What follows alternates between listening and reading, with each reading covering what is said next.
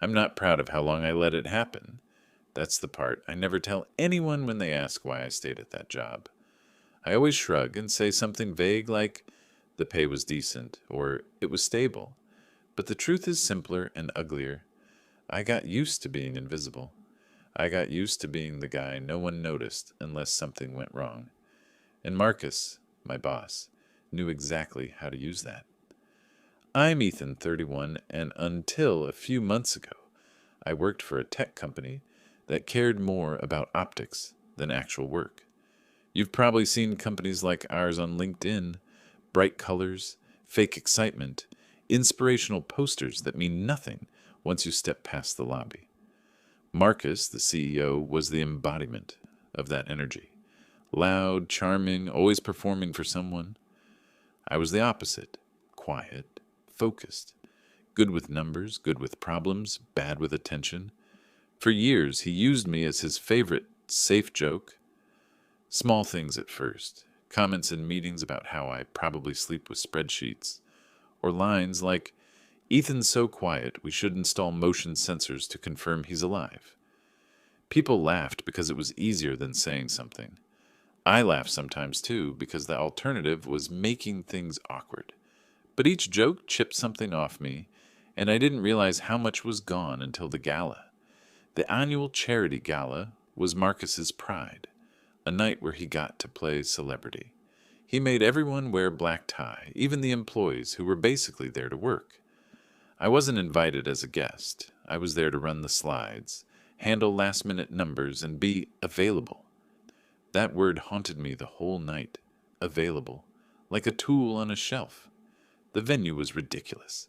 Chandeliers, marble floors, champagne towers, donors in glittering dresses, investors in suits that probably cost more than my car. Marcus stood in the center of all of it like a spotlight had been installed just for him. Every time someone laughed at one of his jokes, he straightened his shoulders, like applause inflated him. I stayed in the back, near the tech table, adjusting the slideshow for the 15th time because Marcus kept texting me new, brilliant additions he came up with on the fly. I didn't mind the work. I minded that he didn't know how many hours I'd already invested into making everything perfect for him. Around an hour in, after too much wine and too many compliments, Marcus took the stage for the auction portion of the night. Every year, he auctioned experiences with executives, golf with the COO, dinner with the founder, a tour of the company, harmless stuff, good PR. People loved it. But this year, Marcus was drunk on attention. I could see it from the back of the room. His smile too wide, his eyes too bright. Every time the crowd laughed, he leaned into it, milking every second. At first, it was the usual items: a weekend retreat, a mentorship lunch, a behind-the-scenes tour. Then he started improvising, calling out employees by name, ribbing them in front of the audience. Even the donors shifted uncomfortably when he teased our head of HR for scaring interns with her resting boss face. I should have walked out when he said that. I should have known where his mood was headed. Instead, I stayed. I stood there like always, waiting for instructions, trying not to make a scene. And that's when he saw me. I don't know what triggered it. Maybe the fact that I was standing still and silent. Maybe the wine. Maybe years of treating me like a prop. But Marcus grinned, pointed at me across the room and said, Actually, hold on. I've got a bonus item for tonight, a special one." I felt my stomach drop. I prayed he meant a product or a service, but he was already waving me forward. "Ethan, come on up here, buddy. Ladies and gentlemen, meet my most boring employee." People laughed, a few too loudly. I froze for a full second. My first instinct was to pretend I didn't hear him, but every head turned, cameras lifted, the spotlight swung, so I walked. Not because I wanted to, because refusing felt like detonating a bomb in front of everyone, and I'd spent years avoiding explosions. The stage lights hit me like a slap, hot, white, blinding. Marcus threw an arm around my shoulders, squeezing like we were old friends. "This," he announced, "is Ethan. He's brilliant, but God, is he dull. I mean, if human oatmeal had a face, this would be it." The room laughed again, louder this time. I felt heat crawl up my neck. I wasn't angry yet. I was something worse, embarrassed and numb, watching it happen from somewhere outside myself. Marcus leaned into the microphone. All right, everyone, let's have some fun. Opening bid for Ethan. $1. One single dollar. He paused, expecting laughter, and got it. I stared at the carpet. If I looked at the crowd, I'd break. If I looked at Marcus, I'd say something I couldn't take back. $1, Marcus repeated, sing-song. Come on, people. He's house-trained. He files reports. He probably folds his laundry. More laughter. I couldn't move. Couldn't breathe right. My hands felt too big, my tie too tight, my face too visible. Marcus kept going. I promise whoever wins gets a full day of Ethan's time. He'll organize your life, alphabetize your pantry, tell you your credit score history by memory. People snickered. Whispers rippled through the tables. No one bid, not even as a joke. That silence was worse than the laughter. It wasn't fun anymore. It was pity disguised as amusement. I wanted the floor to open and swallow me whole. Marcus shifted, uncomfortable for the first time. He pushed again, louder. Seriously? No one? $1 for a fully functional human being. Still nothing.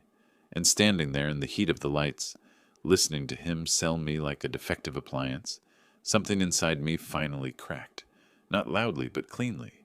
And then from the very back of the room, a voice cut through the silence. A calm male voice. I'll bid. I'll bid. That's all he said. No theatrics, no laughter, just two steady words spoken like he was ordering coffee. The room turned as one, necks twisting toward the back table where a man in a dark suit sat with the kind of calm that doesn't belong in rooms like this. Marcus brightened instantly, relieved someone had revived his dying joke. Excellent! We've got a bid. Sir, how much? The man didn't smile, didn't blink. He lifted one hand slightly, as if raising it in a board meeting, and said, 1 million. The crowd burst into laughter. Too loud, too eager, the kind of laugh people use when they think they're part of the joke and not standing uncomfortably close to the edge of it. I felt Marcus's arm go stiff around my shoulders. He let out a shaky laugh and leaned into the mic. Ha, ha, ha. All right. Very funny. But the man didn't join the laughter. He simply nodded once to the woman beside him, his assistant apparently, who pulled out a phone, tapped a few times, then raised it toward the auction coordinator in the front row. We can wire it tonight, she said. Full amount, verified, immediate. Silence, thick, electric. People shifted in their seats. A few phones quietly rose to record. The Gala coordinator, who had been smiling all night, stopped smiling completely. And Marcus swallowed hard, face tightening in a way I had never seen. Because this wasn't a punchline anymore.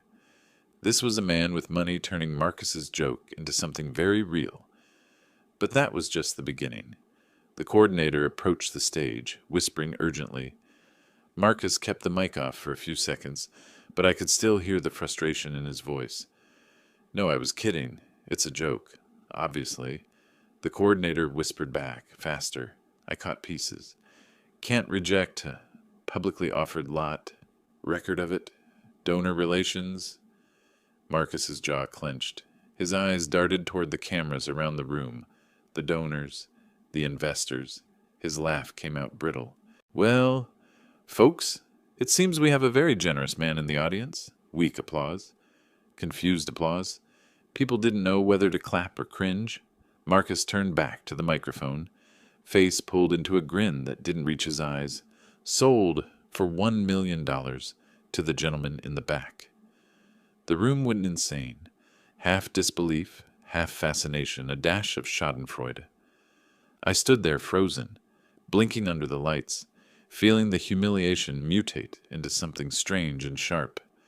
The man in the back didn't stand to celebrate. He didn't raise a glass. He just gave a small nod, like he'd completed a minor errand. Marcus released my shoulder. It wasn't gentle. He was already sweating through his tux. Go backstage, he muttered to me without meeting my eyes. I stepped off the stage, shaking slightly, though I couldn't tell if it was anger, shock, or something colder. Clarity.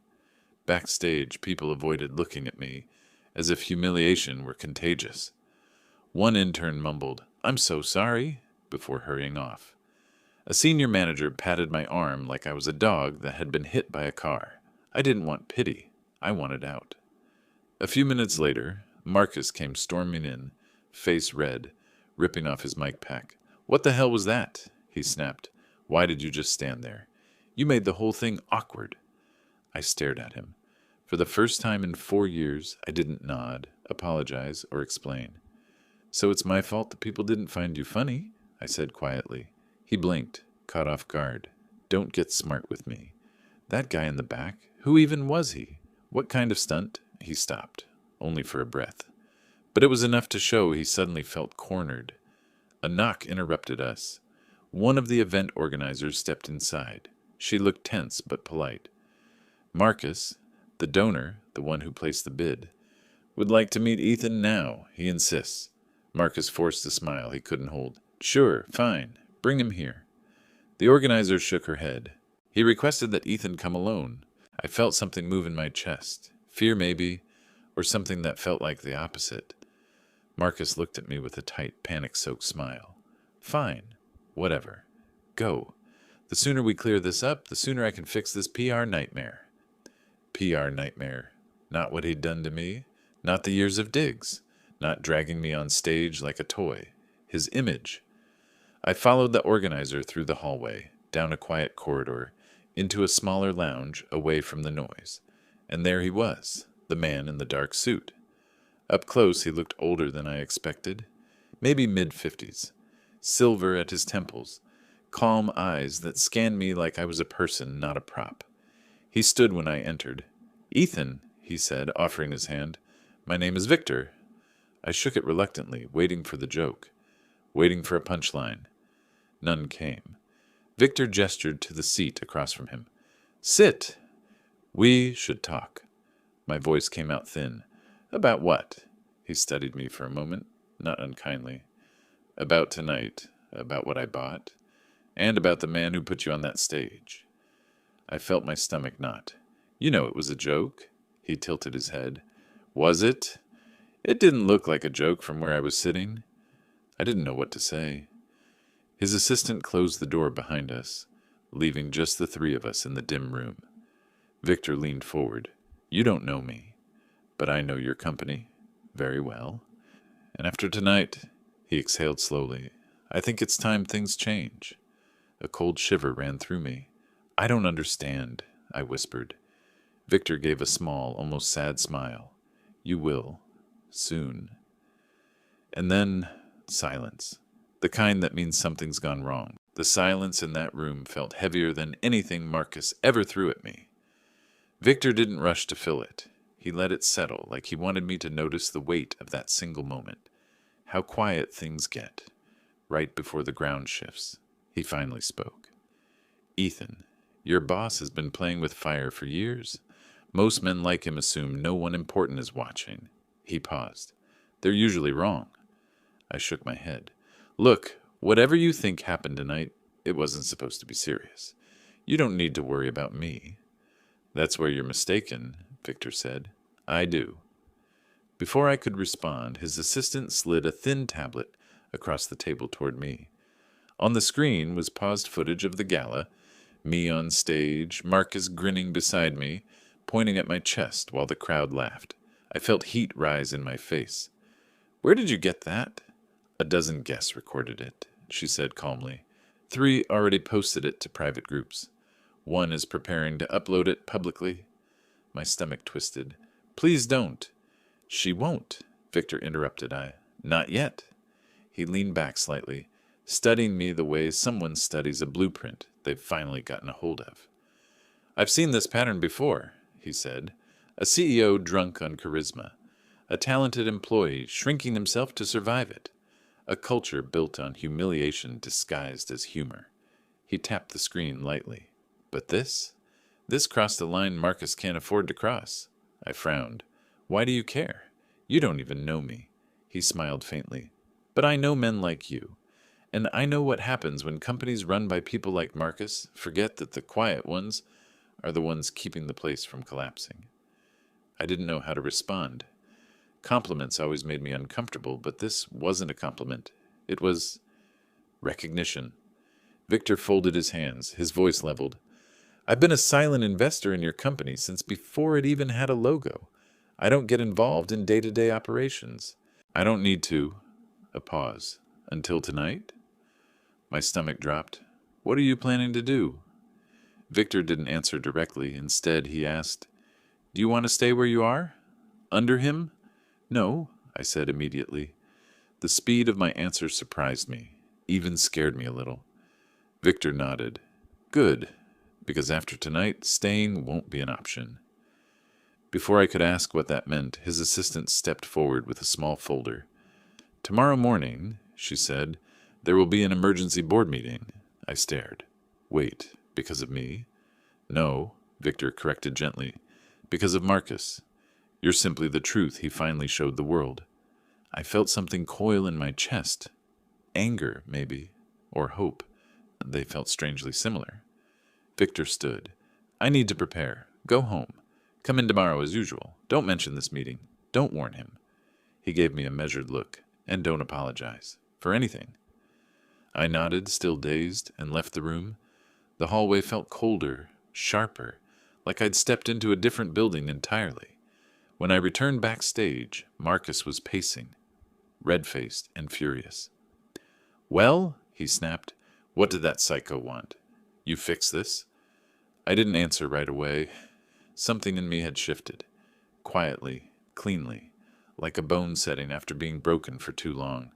He wanted to talk, I said. That's it? Marcus demanded. You didn't tell him it was a joke? I met his eyes. It wasn't a joke. For the first time since I'd met him, Marcus didn't know what to say. He stared at me, confusion mixing with something like fear. I walked past him. For once, he didn't follow. The next morning, I arrived at the office early, like always. The kitchen was quiet, lights dim, the kind of stillness that settles before a storm. At 8:47 a.m., Marcus marched through the doors, sunglasses on, barking at everyone, pretending nothing was wrong. His laugh echoed down the hallway, a brittle, desperate sound. At 9:03 a.m., HR circulated a calendar invite titled Emergency Leadership Meeting. All executives required. Marcus went pale when he opened it. He tried to play it off. Probably nothing. Probably a financial update.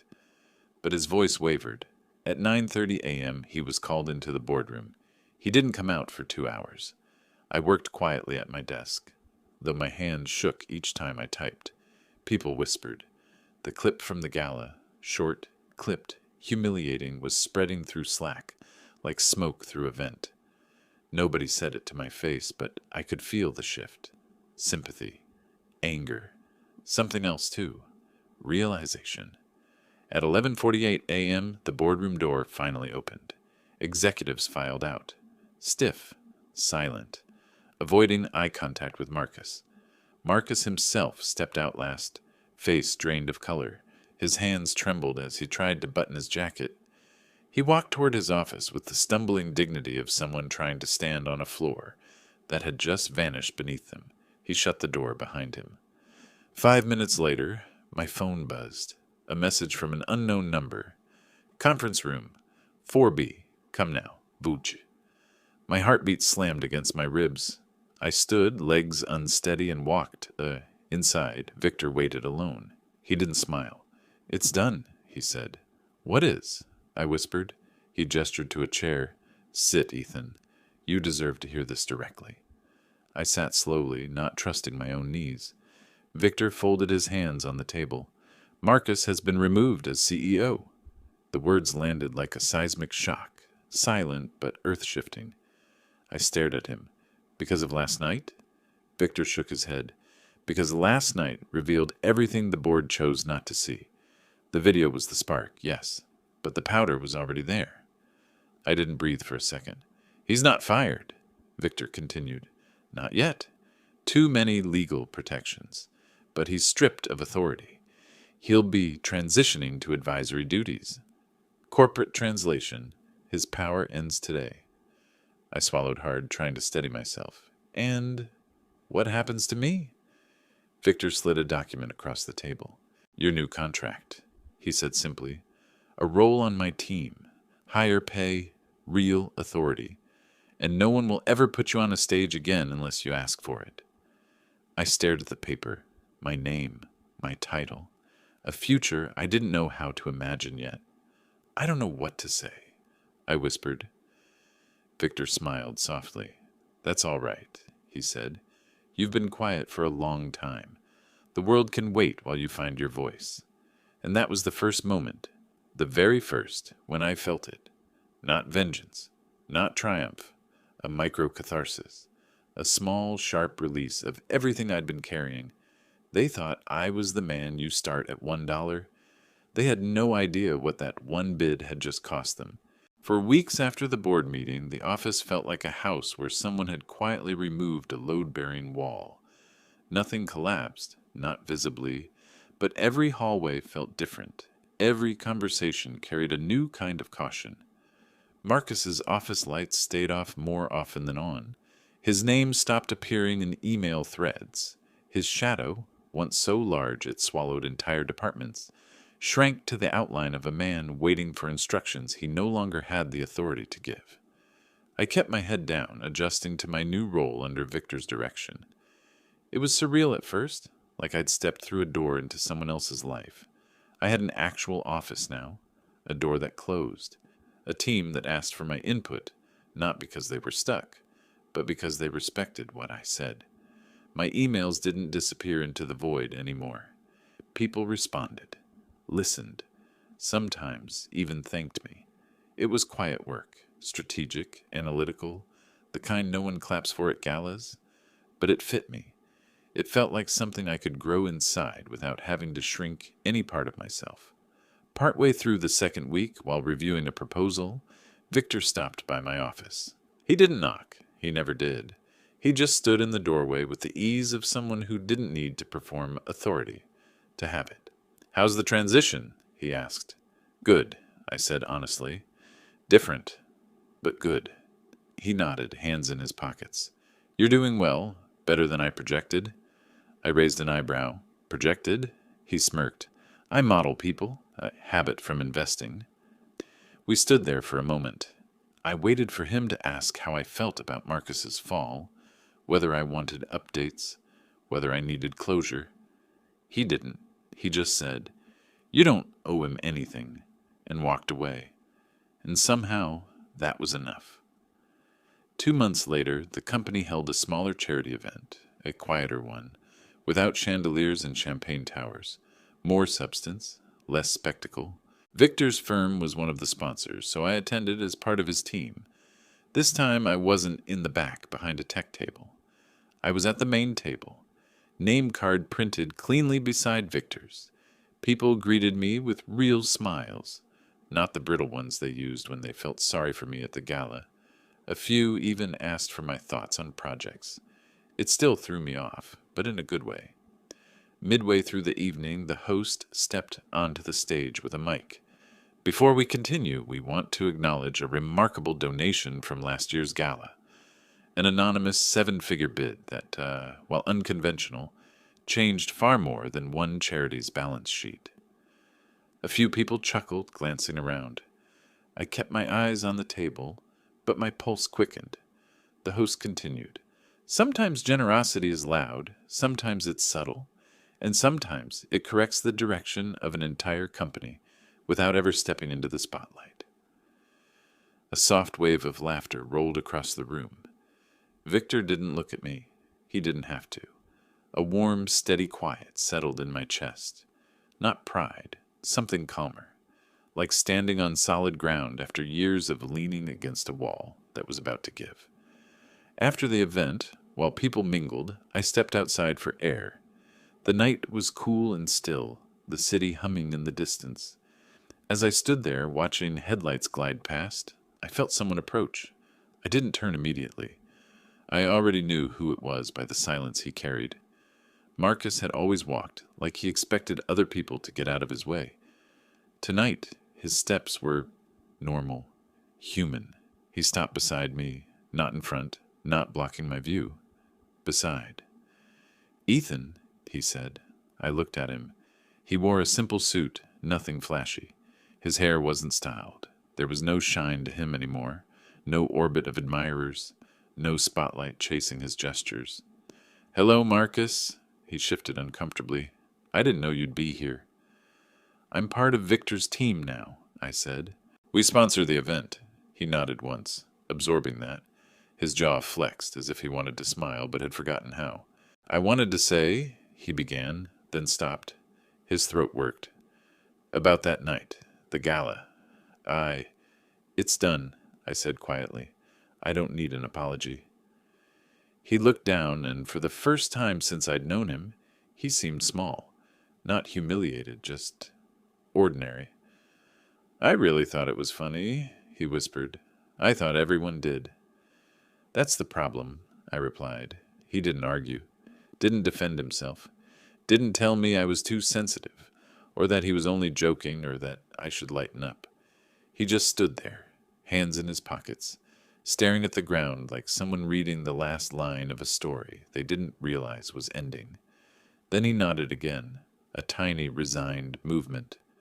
"I hope you're doing well," he said. "I am," I answered. And that was it. No fireworks, no revenge speech, no dramatic exit. He walked back inside, shoulders slightly hunched, a man with fewer places left to stand. They thought I was gone. I wasn't. I'd just moved to a floor they could no longer reach. Life after that felt lighter. I woke earlier, worked slower, ate lunch without bracing for someone to mock me. My new team wanted updates, not apologies. My work mattered in measurable ways instead of being buried under someone else's charisma. Sometimes Victor stopped by my office for 5 minutes, sometimes for an hour. He liked talking through ideas, getting different angles, letting silence hang without making it uncomfortable. He never once brought up the gala, unless I did. I only did once. "Why me?" I asked one afternoon. "There were 100 people you could have chosen to pull out from under him. Why spend that much on me?" Victor didn't answer immediately. He closed the folder he'd been reviewing, looked at me with the calm that always felt intentional. "Years ago," he said, "I backed a company with a CEO very much like Marcus. Loud, charismatic, dangerous in subtle ways.